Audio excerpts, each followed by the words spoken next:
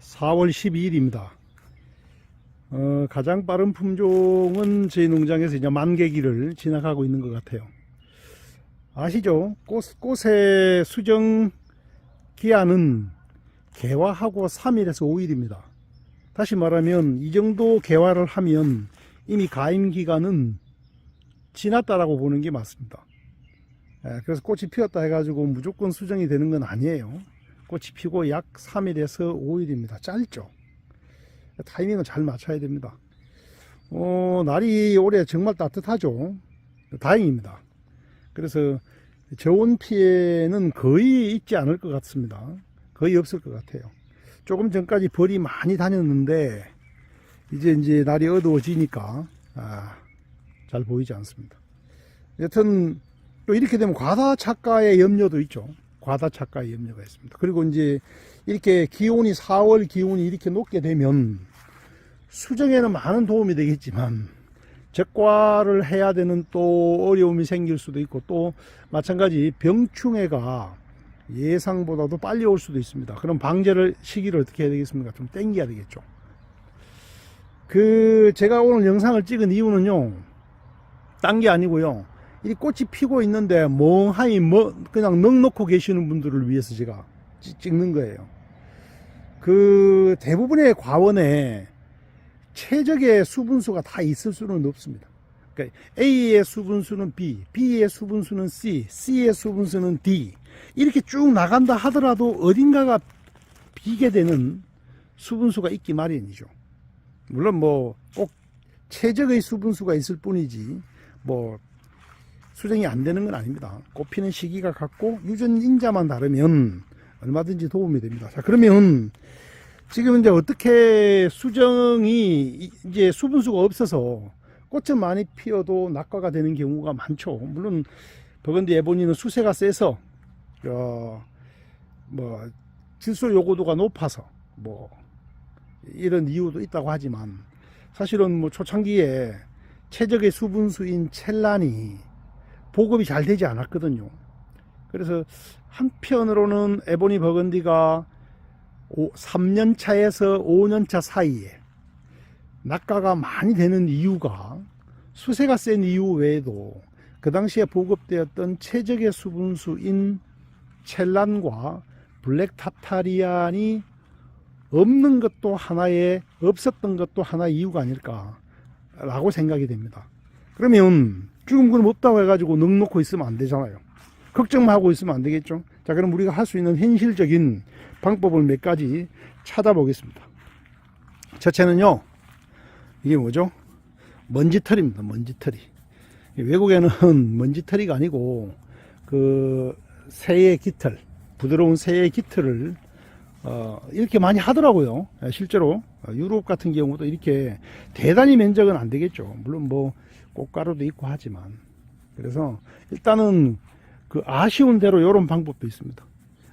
예를 들어서 주위 가원에 가서, 꽃이 많이 피어 있는 가원에 가서 주인장이 싫어할 이유는 없습니다. 이렇게 하는 자체가 그분에게도 수정에 도움이 되기 때문에. 그래서 꽃가루를 많이 묻혀 오십시오.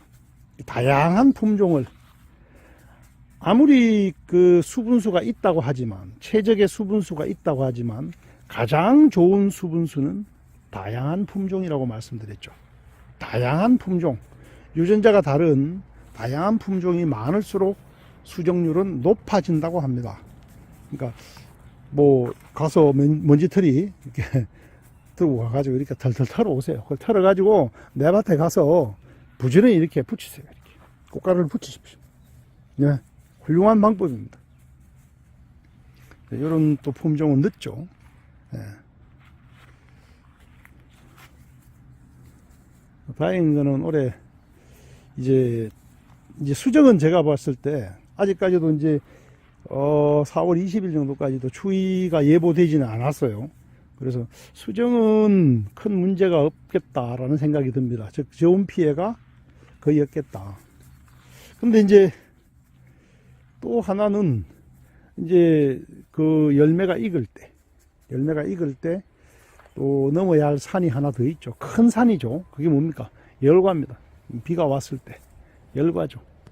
또 그런 비가림이 안 돼 있다라고 한다면 다시 한 번 더 올해와 같은 행운을, 이 봄과 같은 행운을 또 기대해야 되겠죠.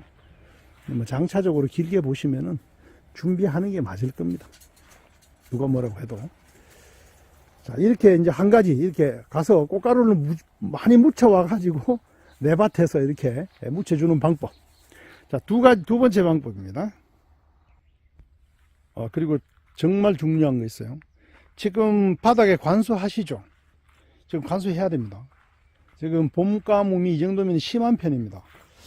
2월 달에 왔던 비와 3월 초에 왔던 비가 이맘때쯤에 왔으면 하는 그런 아쉬움이 큰데, 뭐 하늘이 하는 일을 말릴 수는 없고 관수를 해 주셔야 됩니다. 아시겠지만은 개화기 때 가장 많은 수분을 필요로 합니다.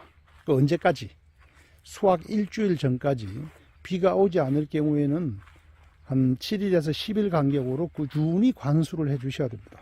수분이 부족하면 수종률이 떨어지는 주요한 원인 중에 하나가 수분 부족입니다.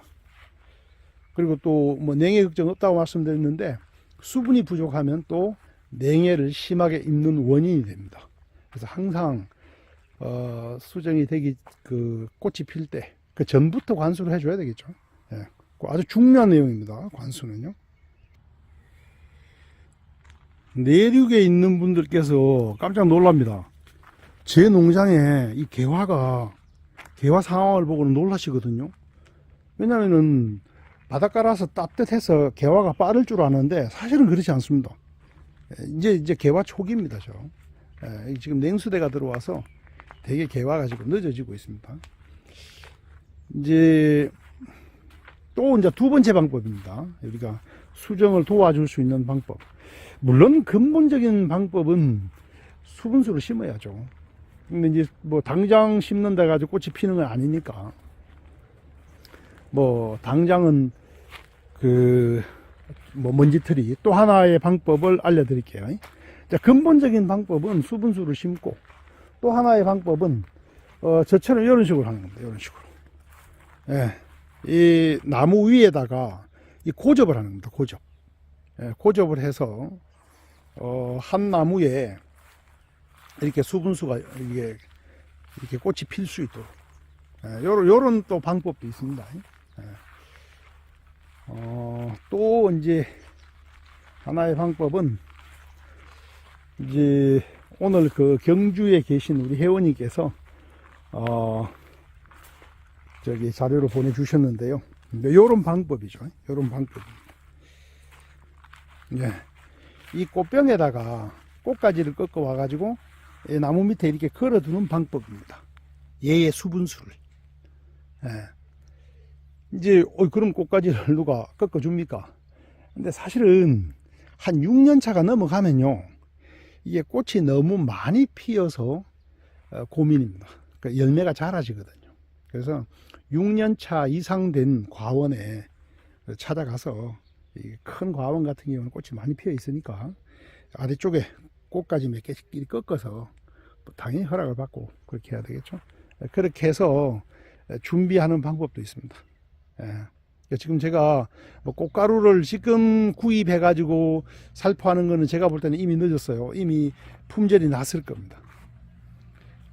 그래서 지금 당장 우리가 이제 급하게 할 수 있는 방법 한 2가지 정도를 소개해 드리자면, 먼지털이, 그리고 또 꽃가지를 얻어와 가지고 물병에다 꽂아서, 조금 전처럼 물병에 꽂아서 또 수정을 도와주는 방법이 있고, 저는 이제 또 화분을 많이 재배하고 있기 때문에 관상용 화분이 많기 때문에, 그나저나 저는 지금 현재 이제 남겨진 품종만 하더라도 150가지가 넘습니다.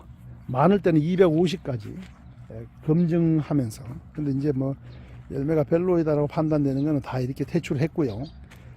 이런 식으로 이제 화분에 이제 있는 수분수를 갖다가 이런 식으로 또 갖다 놓는 방법도 있습니다. 다양하게 갖다 놓을수록 어떻다? 수정률은 높아진다. 그렇다고 해가지고 주품종을 많이 해라? 그건 아니다는 거죠. 예. 그러니까 한두 품종을 다양하게 뭐 이렇게 자투리 땅에다가 심는다든지, 아니면 또 고사하는 나무가 있으면 그 자리에다가 심는다든지 그렇게 하면 수분수 때문에 저는 아직까지 고민해 본 적은 없습니다. 워낙 품종이 많으니까요. 그렇게 해서 부족한 수분수는 보충하시면 되겠습니다. 지금 가장 중요한 건 뭐라고 했죠? 예, 관수입니다. 관수. 지금 뭐 다음 주 초에 비가 온다고 하는데 기다리고 있으면 안 됩니다. 지금 벌써 비가 안 온 지가 꽤 됐죠. 한 7일에서 10일 정도 비가 오지 않으면 임의적으로 우리가 관수를 해줘야 됩니다. 인위적으로. 하여튼 아직 이제 개화 아주 초기입니다. 저는 다양한 품종에 비해서 몇 가지 품종만 이렇게 지금 개화가 된 상태. 중요하게 우리가 준비해야 될 거 한번 짚어봤습니다. 이상입니다.